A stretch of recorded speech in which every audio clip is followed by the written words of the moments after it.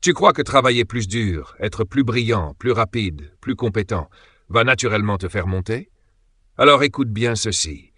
Ton talent peut devenir ton pire ennemi. Pas parce qu'il est insuffisant, mais parce qu'il est trop visible, au mauvais moment, devant la mauvaise personne.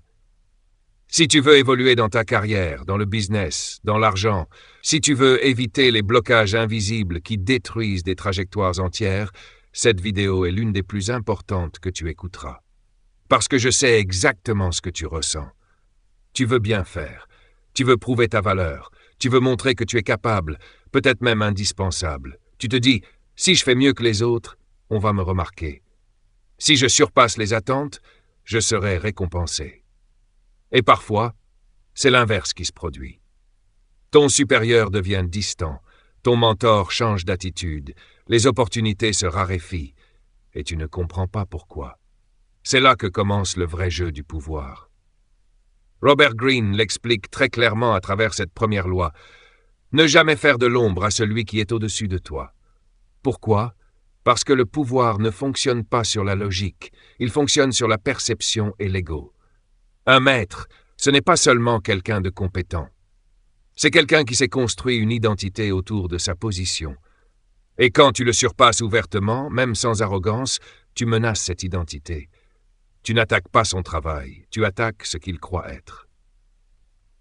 Première idée clé. Le maître doit toujours se sentir supérieur, jamais inquiet.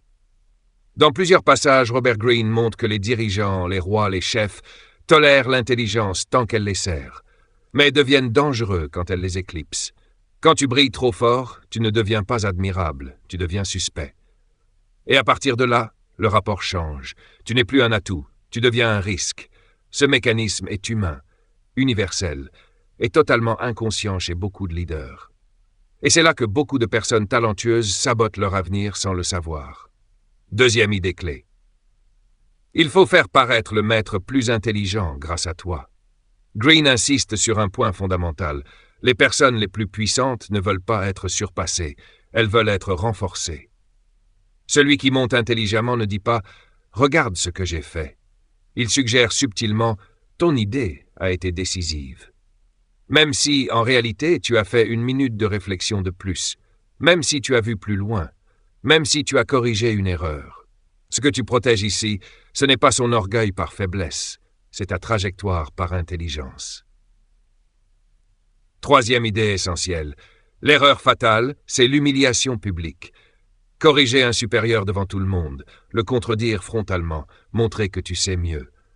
Dans les récits analysés par Greene, c'est presque toujours le point de rupture. Le maître peut pardonner une faute, il peut pardonner une erreur. Mais il ne pardonne presque jamais d'avoir été rabaissé sous les yeux des autres. Et la sanction n'est pas immédiate, elle est froide, calculée, invisible. C'est ce qui la rend si dangereuse.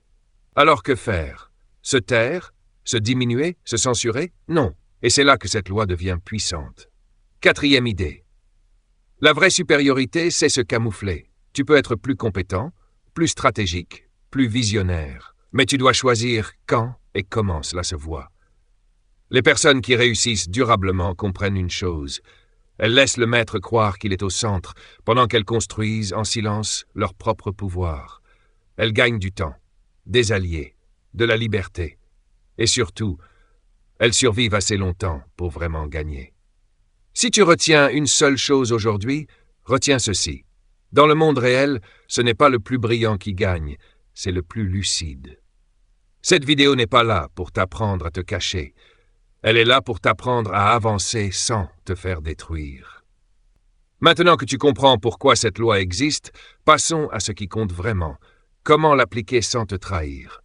Parce que le but n'est pas de devenir invisible. Le but est de devenir intouchable. Première application concrète. Au travail, maîtrise l'art de la victoire indirecte. Si tu travailles sous l'autorité de quelqu'un, retiens ceci. Les promotions ne vont pas toujours aux plus compétents. Elles vont à ceux qui font se sentir puissants les bons interlocuteurs. Quand tu proposes une idée brillante, ne la présente pas comme une rupture. Présente-la comme une continuité.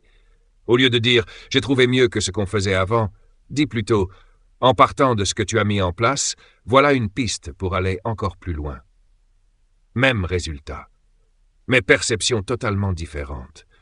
Le maître ne se sent pas dépassé, il se sent amplifié. Et c'est à ce moment-là que tu gagnes sa protection. Transition. Ce principe ne s'arrête pas au salariat. Deuxième application. Dans le business, ne menace jamais la hiérarchie invisible. Même quand tu es entrepreneur, tu as toujours des maîtres, investisseurs, partenaires, clients puissants, réseaux. Beaucoup de projets échouent non pas par manque de valeur, mais parce qu'ils ont froissé les mauvaises personnes. Quand tu entres dans un cercle plus puissant que toi, observe d'abord. Comprends qui détient l'influence réelle et adapte ta montée en puissance. Robert Greene montre que ceux qui arrivent trop vite, trop fort, sans respecter les équilibres existants, sont souvent éjectés avant même d'avoir compris ce qui leur arrive. La patience stratégique vaut plus que l'agressivité brillante. Et maintenant, parlons d'argent. Troisième application. Dans les décisions financières, ne cherche pas à impressionner, cherche à durer. Beaucoup de gens veulent prouver qu'ils ont réussi. Ils affichent, ils comparent, ils cherchent à surpasser. Mais dans les cercles d'argent, celui qui impressionne trop vite devient une cible. Les vrais joueurs avancent discrètement. Ils observent. Ils laissent les autres parler. Ils construisent sans provoquer. Ne jamais surpasser le maître, ici, c'est comprendre que la richesse durable aime la discrétion, pas l'ego. Cette loi s'applique aussi là où on ne l'attend pas. Quatrième application. Dans les relations personnelles, protège l'ego des personnes importantes. Dans un couple, une famille, une amitié, vouloir toujours avoir raison peut coûter très cher. Humilier quelqu'un que tu aimes, même avec des faits, crée une distance invisible. Tu peux gagner l'argument et perdre la relation. Les personnes émotionnellement intelligentes savent quand se taire, quand valoriser et quand laisser l'autre se sentir fort. Ce n'est pas de la manipulation, c'est de la maturité. Alors, comment savoir quand dépasser le maître? Cinquième idée clé. On ne dépasse le maître que quand on est prêt à devenir le maître. Tant que tu dépends encore de quelqu'un, de son réseau, de sa validation, de sa protection, le surpasser est une erreur. Mais le jour où tu as construit ta base, tes alliances, ton indépendance, alors la loi change. À ce moment-là, tu n'as plus besoin de dépasser qui que ce soit. Tu changes simplement de terrain. Et c'est là que le pouvoir devient réel. Si cette vidéo devait te laisser avec un seul message, ce serait celui-ci. Le monde ne récompense pas seulement la compétence, il récompense la lecture fine des dynamiques humaines. Tu n'as pas besoin de briller plus fort, tu as besoin de briller plus intelligemment. Maîtrise ton ego, et tu maîtriseras des situations que d'autres subissent toute leur vie. Si cette vidéo t'a donné une nouvelle façon de voir le pouvoir, prends 1 minute pour laisser un commentaire avec ce que tu retiens le plus. C'est souvent en formulant une idée qu'elle devient une force. Et si tu veux continuer à explorer ces règles invisibles qui gouvernent l'argent, les décisions et les relations, reste dans l'univers de la chaîne. Ici, on n'apprend pas à rêver plus fort. On apprend à avancer plus juste. À très vite pour la prochaine loi.